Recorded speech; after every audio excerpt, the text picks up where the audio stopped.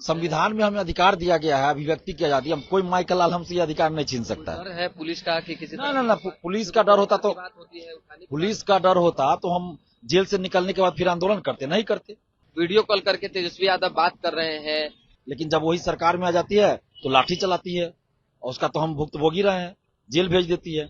को कमजोर करने के पीछे मंशा क्या होगा? अभ्यर्थियों को कमजोर करना। 243 विधायक है, विधान पार्षद है, सांसद है बिहार के, सब अगर बैठ जाए बीपीएससी ऑफिस के आगे तो क्या बीपीएससी चेयरमैन की इतनी हिम्मत है कि लाठीचार्ज करवा देंगे वहाँ? कोचिंग संचालक की क्या भूमिका रहती है अभ्यर्थियों के साथ खड़ा रहने की और न रहने की? अब तो यहाँ पे तो नाखून कटा के शहीद होने की भी बात बहुत होती है, लेकिन हम ज्यादा बोलना नहीं चाहते अभी। पनोरमा ग्रुप, जो सोचता है वो करता है। तकरीबन 4 रोज से जो है बीपीएससी के अभ्यर्थी धरना पे बैठे हुए हैं। इसका राजनीतिकरण न हो, इसका भी खासा ख्याल रखा जा रहा है और युवा अपने हक अधिकार के लिए लगातार डटे हुए भी हैं और इस बार कह रहे हैं कोई पार्टी पॉलिटिक्स इसमें प्रवेश नहीं करेगा, अपना अधिकार हम लड़ कर लेंगे। हमारे साथ जो है दिलीप जी हैं, छात्र नेता है। दिलीप जी, क्या लगता है इस बार जो संघर्ष युवा कर रहे हैं सड़कों पे, इतनी ठंड है, कैसे न्याय मिलेगा? आप लोग कह रहे हैं कि राजनीतिकरण भी न हो, नेता भी न घुसे, तो कैसे न्याय मिलेगा? देखिए, न्याय तो सरकार को देना होगा और सरकार में जो है उनका उत्तरदायित्व बनता है, जिम्मेवारी बनती है कि वो इस पे एक्शन ले और अभ्यर्थियों की जो मांग है उसको पूरा करे। विपक्षी पार्टी चाहे कोई किसी की भी सरकार रहे, विपक्षी पार्टी डिमांड पूरा नहीं कर सकती है, पूरा करना सरकार का काम है। और अभी जो भी पार्टियां सरकार में उनका ज्यादा उत्तरदायित्व है।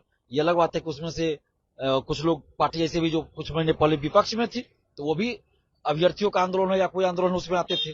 अभी जो पार्टी विपक्ष में है वो अभी आंदोलन में आते हैं, तो ये सब चलते रहता है। लेकिन अभ्यर्थियों को न्याय मिलना चाहिए और न्याय सरकार ही दे सकती है, चाहे सरकार में जब भी जो भी बैठे हों। तो आप कह रहे हैं कि विपक्षी पार्टियां जो है न्याय नहीं दे सकती है।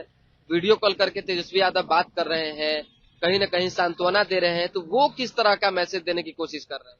अब देखिए, इसका जवाब तो तेजस्वी जी ही देंगे या जो पार्टी के नेता रहे वही देंगे। लेकिन आप मेरा पूछिएगा तो हम अपने बारे में बता सकते हैं ना कि हम क्या सोचते हैं। ऑब्जर्वेशन क्या कहते हैं? हम तो यही कहेंगे कि बिहार में तो हम पिछले 8-7 साल 10 साल से देख रहे हैं कि जो पार्टी विपक्ष में रहती है वो हमेशा बोलती है कि हम अभ्यर्थियों के साथ है, लेकिन जब वही सरकार में आ जाती है तो लाठी चलाती है और उसका तो हम भुगतभोगी रहे हैं, जेल भेज देती है, अभ्यर्थियों की बात नहीं सुनती है, न मिलते हैं।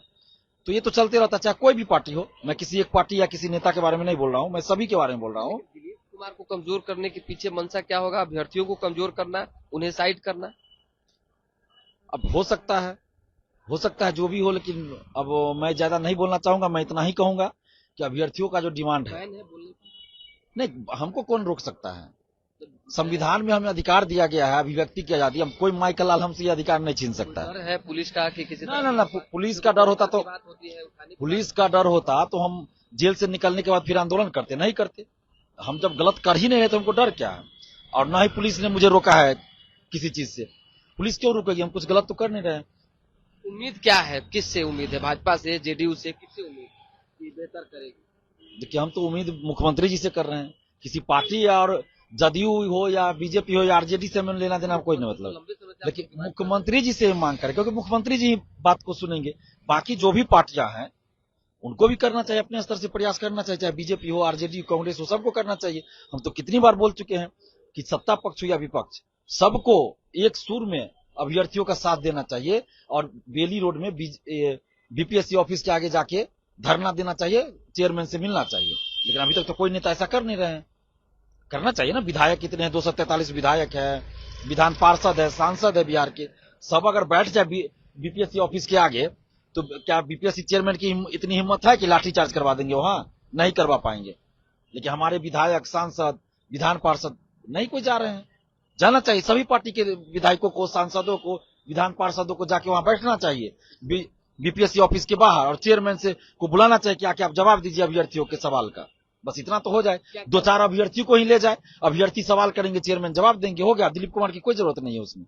बीच में जब आपने देखा पेपर लीक वाला मामला जो सामने आया तो कई कोचिंग संचालक भी सड़कों पे आए थे, तो अब शांत हैं, तो कोचिंग संचालक की क्या भूमिका रहती है अभ्यर्थियों के साथ खड़ा रहने की और न रहने की? देखिए, बात हम बोलेंगे तो बहुत दूर तक चल जाएगी। अभी तो आज भी अखबार में छपी है कोचिंग संचालकों की भूमिका संदिग्ध है। 3 कोचिंग संचालकों का आया कि पेपर लीक में है, नाम आ रहा है, पता नहीं कौन है ये 3 कोचिंग संचालक पटना के। तो अब कोचिंग संचालकों के बारे में क्या कहा जाए।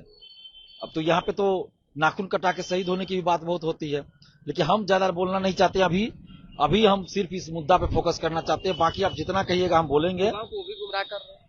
बहुत लोग गुमराह कर रहे हैं, बहुत ऐसे शिक्षक हैं जो गुमराह करते हैं, बरसों से गुमराह कर रहे हैं, ठगते हैं, गुमराह कर रहे हैं। लेकिन अभी हम लोग का मुद्दा है 17वीं बीपीएससी पीटी परीक्षा रद्द हो, री एग्जाम हो, ये हमारा मुद्दा है। हम इसी पे फोकस करना चाहते हैं। बाकी अन्य मुद्दों पे हम बाद में लड़ते रहे, पहले भी आगे भी लड़ेंगे। लड़ाई कब तक जारी रहे?